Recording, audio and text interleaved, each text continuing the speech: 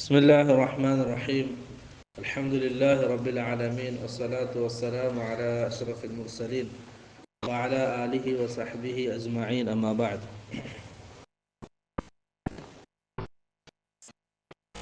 അപ്പോൾ ഇൻഷാല്ലാ ഇന്ന് നമുക്ക് എടുക്കേണ്ടത് അൽ ഹുഖൂഖുൽ മുതഅല്ലിഖതു ബിത്തരിക. ഒരാൾ മരണപ്പെട്ടാൽ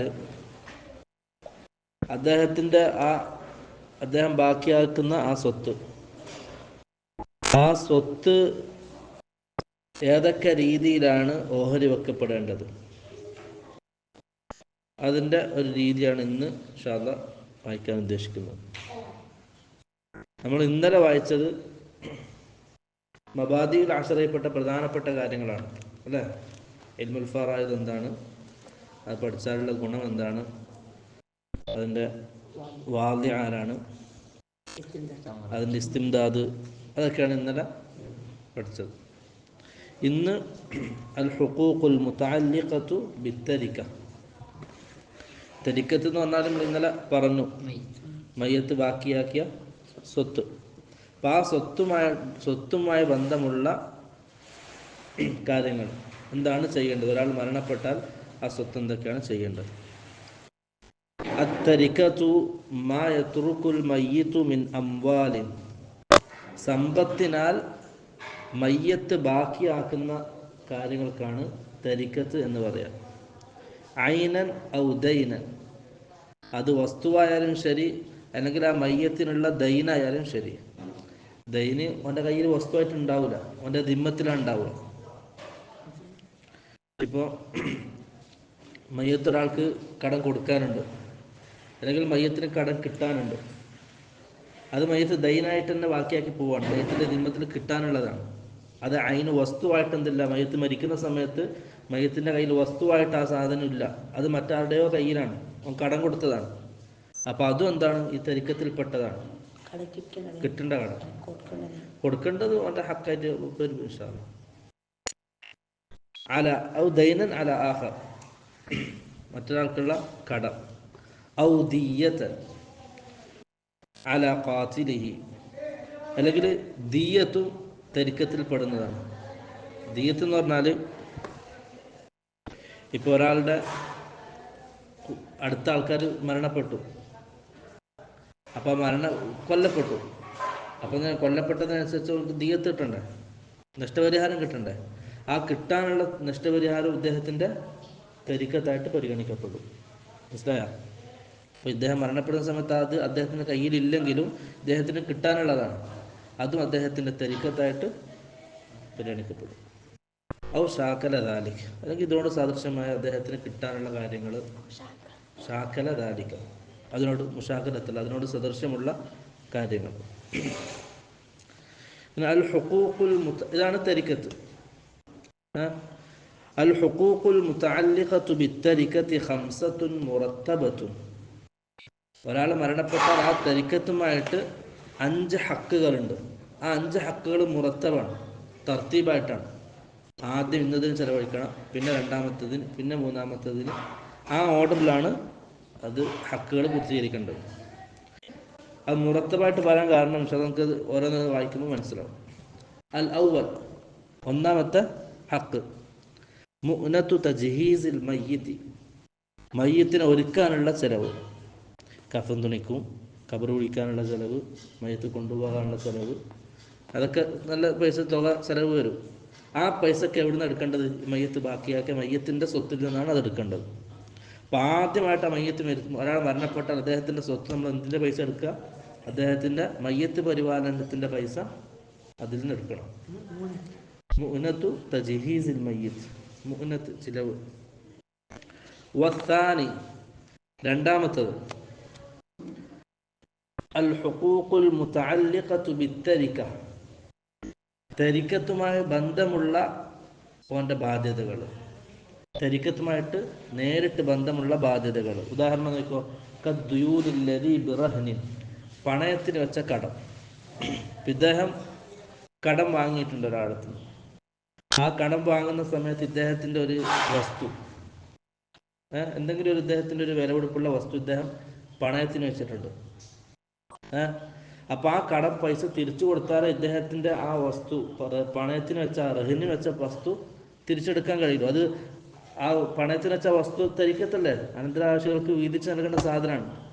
അപ്പോൾ രണ്ടാമത് കൊടുക്കേണ്ടത് എന്താണ്? ആ രീതിയിൽ തരിക്കത്തുമായിട്ട് നേരിട്ട് ബന്ധമുള്ള കടമുണ്ടെങ്കിൽ ആ കടമാണ് പിന്നെ തീർക്കേണ്ടത്. വേഗം എന്ത് ചെയ്യുക, ആ ബാക്കിയുള്ള സ്വത്തിൽ നിന്നും കടം വീട്ടിയിട്ട് അദ്ദേഹം പണയത്തിന് വെച്ച സ്വത്ത് തിരിച്ചെടുക്കണം. ഉദാഹരണത്തിന് ഇദ്ദേഹത്തിൻ്റെ അടുക്കൽ ഒരു വീടും സ്ഥലമുണ്ട്. അദ്ദേഹം ഒരാടുത്ത് 1,00,000 രൂപ കടം വാങ്ങി. ഈ വീടിൻ്റെ ആധാരം, ഡോക്യുമെൻറ്റ്സ് അത് അദ്ദേഹത്തിന് പണയത്തിന് വെച്ചു. അപ്പോൾ ഈ വീടിൻ്റെ ഇതൊക്കെ ഡോക്യുമെൻറ്റ്സ് ഒക്കെ എവിടെ ഉണ്ടാവുക? കടം വാങ്ങിയെടുത്താൽ ഉണ്ടാവുക, ഇദ്ദേഹത്തിൻ്റെ അടുക്കൽ ഉണ്ടാവില്ല. ഇദ്ദേഹം മരണപ്പെട്ടാൽ ഇദ്ദേഹത്തിൻ്റെ അനന്തരാവകാശികൾക്ക് വീതിച്ച് നൽകേണ്ട സ്വത്താണ് ഈ വീടും പറമ്പൊക്കെ. അപ്പോൾ ഇത് മറ്റൊരാളുടെ കയ്യിലല്ല ഇതിൻ്റെ ആധാരം. അപ്പോൾ എന്ത് ചെയ്യണം? ആദ്യം അദ്ദേഹം ബാക്കി വെച്ച സ്വത്തിൽ നിന്നും തരിക്കത്തിൽ നിന്നും ആ കടം ഒഴിവാക്കണം. ആ കടം കൊടുത്തിട്ട് ആ സാധനം തിരിച്ചു വാങ്ങണം. മനസ്സിലായി? അതാണ് തരിക്കത്തുമായിട്ട് ബന്ധമുള്ള ഹക്കുകൾ പൂർത്തീകരിക്കണം. തിരിണ്ട പണയത്തിന് വെച്ച കടം പോലെ. അസാലിസ്, മൂന്നാമത്തത് അൽ ഹുഖൂഖുൽ മുർസല, സാധാരണ കടം. മൂന്നാമത്തതാണ് സാധാരണ കടം. അത് കൊടുത്തു വീട്ടാനുള്ളതാണ്. ഇദ്ദേഹത്തിൻ്റെ സമ്പത്തിൽ നിന്നും കൊടുത്തു വീട്ടാനുള്ളതാണ്, ഇദ്ദേഹത്തിൻ്റെ ബാധ്യതയാണ്. അത് രണ്ട് രീതിയിലാണ്. കദ്ദൈനി വസ്സക്കാത്തി, അത് പരസ്പരം അടിമകൾ ബന്ധമുള്ള ഹക്കുകളുണ്ടാവും, അതുപോലെ തന്നെ അള്ളാഹുമായുള്ള ബന്ധമുള്ള ഹക്കുകളുണ്ടാവും. അതിൽ പണ്ഡിതന്മാർ പല അഭിപ്രായങ്ങളുണ്ട്, ഏതാണ് മുന്തിക്കേണ്ടത്. ഒരാൾ മരണപ്പെട്ടു, അദ്ദേഹത്തിന് സക്കാത്ത് കൊടുക്കാനും ബാക്കിയുണ്ട്, കടം കൊടുക്കാനും ബാക്കിയുണ്ട്. അപ്പം അദ്ദേഹത്തിൻ്റെ ഏതിനെ മുന്തിക്കണം? അള്ളാഹിനുള്ള കടമാണോ മുന്തിക്കേണ്ടത്, അല്ല സാധാരണ മനുഷ്യന്മാരുള്ള കടമാണോ മുന്തിക്കേണ്ടത്? പല അഭിപ്രായങ്ങളുണ്ട്. ചില പണ്ഡിതന്മാർ സക്കാത്തിനെ മുന്തിക്കണം എന്ന് പറഞ്ഞവരുണ്ട്. കാരണം സക്കാത്തിന് മുതാലിബില്ല, അത് ആവശ്യപ്പെടാനോ തേടാനോ ഒരാളില്ല. മറ്റേ കടം അങ്ങനെയല്ല. അത് ഒരാൾ മരണപ്പെട്ടു എന്ന് പറഞ്ഞാൽ കടക്കാരെന്ത് ചെയ്യും? അവിടെ അനന്തരാഷ്ട്രമായിട്ട് ബന്ധപ്പെടും, കണക്ക് ബോധിപ്പിക്കും, അത് തിരിച്ചു വാങ്ങാനുള്ള കാര്യങ്ങളൊക്കെ ചെയ്യും. പക്ഷെ സക്കാത്ത് ബാക്കിയായാൽ ആരും ചോദിക്കാനില്ല, ആരും പറയാനില്ല, അത് ബാക്കിയാവും. അപ്പോൾ അതിന് വാര്യങ്ങൾ എന്ത് ചെയ്യണം? ആദ്യം സക്കാത്തിനെ മുന്തിക്കണം, പിന്നെ മറ്റുള്ളവരുടെ കടം. അങ്ങനെ നേരെ തിരിച്ച അഭിപ്രായം പറഞ്ഞ പണ്ഡിതന്മാരും ഉണ്ട്. അവരൊക്കെ അവരുടെ ന്യായവാദങ്ങളും പറയുന്നുണ്ട്. അത് അതല്ല നമ്മൾ ഇതുമായി ബന്ധപ്പെട്ട മസല അല്ലാത്തതൊന്നുമില്ല, വിശദമായിട്ട് ആ ചർച്ചയിലേക്ക് കിടക്കുന്നില്ല. അതൊക്കെ ഫിഖ് ഇൻഷാ അല്ലാഹ് പഠിക്കും. നാലാമത്തത് അറാബിയ വസിയ്യത്തുൽ മയ്യിത്ത്. അതിൽ ദീർഘമായി ചർച്ച ചെയ്യേണ്ട കാര്യങ്ങളാണ് വസിയ്യത്തുൽ മയ്യിത്ത്. അപ്പോൾ ഈ 3 കാര്യങ്ങൾ ആദ്യം തീർത്ത് എന്നിട്ട് ബാക്കി തരിക്കത്ത് ബാക്കിയുണ്ടെങ്കിൽ നാലാമതായിട്ട് നമ്മൾ എന്താ ചെയ്യേണ്ടത്? മയ്യത്തിന് എന്തെങ്കിലും വസിയത്ത് ഉണ്ടെങ്കിൽ അത് കിട്ടും. ആ വസിയത്ത് എന്താണ്? സുലുസുൽ മാലേ പറ്റൂലൂ.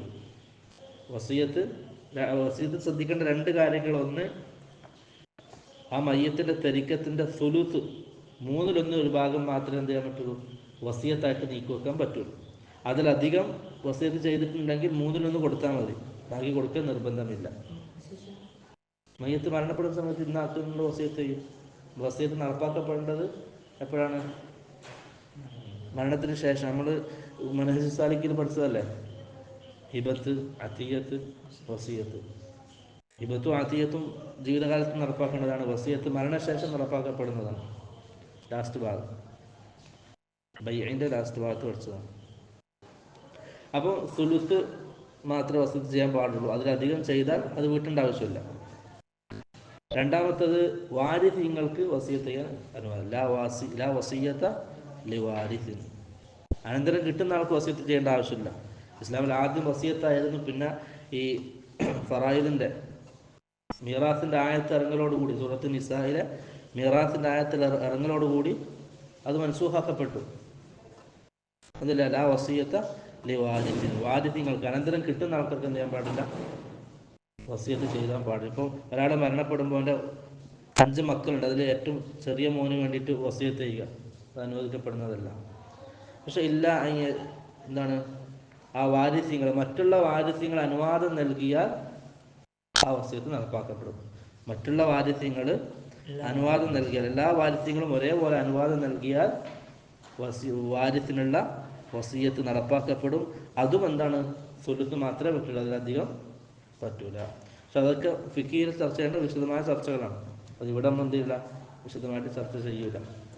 അൽ ഖാമിസ്, അഞ്ചാമത്തത് തരിക്കത്തുമായിട്ടുള്ള ഹക്കുകളിൽ അഞ്ചാമത്തത് നസീബ് വറസത്തിൽ മയ്യിത്ത്. അഞ്ചാമത്തതാണ് എന്ത്, വാരിസ്യങ്ങൾക്ക് അവരുടെ നിശ്ചിത ഓഹരിക്കനുസരിച്ച് കൊടുക്കുക എന്നുള്ളത്. അപ്പോൾ ഈ 5 കാര്യങ്ങൾ മുറത്തബായിട്ട് ചെയ്യണം. ഒരാളുടെ മരണപ്പെട്ടാൽ അദ്ദേഹത്തിൻ്റെ ബാക്കിയുള്ള സ്വത്തിൽ ഈ 5 കാര്യങ്ങളാണ് ശ്രദ്ധിക്കേണ്ടത്. ആദ്യം അദ്ദേഹത്തിൻ്റെ മയ്യത്ത് പരിപാലനത്തിൻ്റെ ചിലവ്, അത് കഴിഞ്ഞ് തരിക്കത്തുമായിട്ട് നേരിട്ട് ബന്ധമുള്ള കടം, അത് കഴിഞ്ഞ് സാധാരണ കടം, നാലാമത്തെ അദ്ദേഹത്തിൻ്റെ വസിയത്ത്. ഈ 4 നടപ്പാക്കിയതിന് ശേഷം ബാക്കിയുള്ള സ്വത്താണ് എന്ത് ചെയ്യേണ്ടത്, വാരിസ്യങ്ങൾക്കിടയിൽ, അനന്തരവാസികൾക്കിടയിൽ ഓഹരി വെക്കേണ്ടത് അവരുടെ കണക്കനുസരിച്ച്. പക്ഷെ ഇതാണ് ഇന്ന് പഠിക്കുന്നത്. ഇൻഷാ അല്ലാഹ് ബാക്കി നമുക്ക് എന്ത് ചെയ്യാം, നാളെ വായിക്കാം. സുബ്ഹാനക അല്ലാഹുമ്മ വബിഹംദിക അശ്ഹദു അൻ ലാ ഇലാഹ ഇല്ലാ അൻത അസ്തഗ്ഫിറുക വഅതൂബു ഇലൈക്. അസ്സലാമു അലൈക്കും വറഹ്മത്തുള്ളാഹി.